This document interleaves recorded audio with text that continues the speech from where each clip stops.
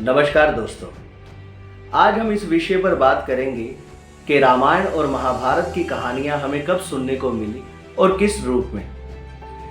देखिए, हिस्टोरिकल तो हमें पता नहीं, लेकिन पुराणों के हिसाब से कहते हैं कि रामायण पहली बार राम जी को ही सुनाई गई थी उनके बच्चों लव और कुश द्वारा, जो ऋषि वाल्मीकि जी के आश्रम में रहकर बड़े हुए थे। और वाल्मीकि जी ने उन्हें रामायण सुनाई थी, जो वाल्मीकि जी ने लिखी है। फिर लव और कुश ने अपने पिता श्री राम जी को सुनाई। कहते हैं कि जब राम जी ने ये कथा सुनी तो उन्होंने लव और कुश से पूछा कि वह किसकी कहानी सुना रहे हैं। तो लव और कुश ने कहा कि ये आप ही की कहानी है। तो राम जी बोले कि ये कहानी मेरी कहानी से बेहतर है। अगर हम बात करें महाभारत की, तो कहते हैं कि महाभारत 2 से 3 बार सुनाई जाती है। नौमिषा नाम के जंगल में ऋषि रहते हैं। वहां एक सन्यासी आता है जिसका नाम होता है उग्रश्रवा सूत।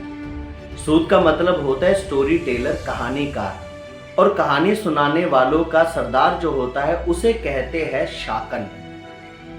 साउथी शाकन को महाभारत की कहानी सुनाता है और कहता है कि ये कहानी उसने अपने पिता रोमहर्ष से सुनी है। रोमहर्ष का अर्थ होता है रोंगटे खड़े होना, यानी कि उसके पिता इतनी अच्छी कहानी सुनाते हैं कि रोंगटे खड़े हो जाते हैं। उग्रश्रवा का मतलब होता है बुलंद आवाज वाला। तो उग्रश्रवा पहली बार महाभारत सुनाता है, जो उसने अपने पिता से सुनी होती है। और उसके पिता ने वैशंबयान से, और वैशंबयान ने वेद व्यास जी से। अगर बात करें भागवत पुराण की, तो ये कहानी भी दिलचस्प है। अर्जुन के बेटे का नाम था अभिमन्यु। अभिमन्यु के बेटे का नाम था परीक्षित। परीक्षित को एक तक्षक नाम का सांप डस लेता है। जब वे मर रहे होते हैं तो उन्हें बहुत दुख होता है कि मैं मर क्यों रहा हूं, मैंने क्या गलत किया है, इस जिंदगी का अर्थ क्या है। वह मानव के अस्तित्व के बारे में परेशान थे। तब उनके पास सुखमणि आते हैं। सुखमणि व्यास मुनि जी के बेटे थे। सुख का मतलब होता है तोता। सुखमणि तोते की तरह जो उनके पिताजी ने कहा होता है वह सब परीक्षित जी को बता देते हैं। वह भागवत की कथा सुनाते हैं, कृष्ण जी के बचपन की कहानियां सुनाते हैं, रासलीला की कहानियां सुनाते हैं इत्यादि। ये सब सुन के परीक्षित जी शांत हो जाते हैं और उन्हें मृत्यु का भय नहीं रहता। क्या गीता महाभारत का अंश है? इसके बारे में बात करते हैं।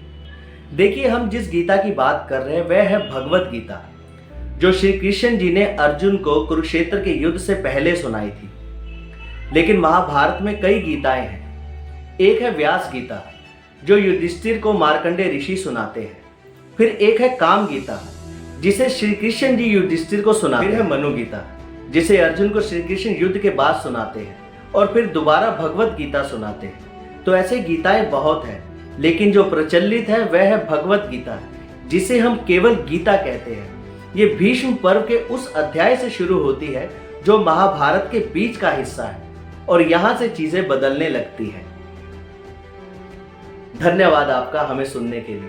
ऐसी महत्वपूर्ण जानकारी की और वीडियो देखने के लिए हमारे चैनल को सब्सक्राइब कीजिए। नमस्कार।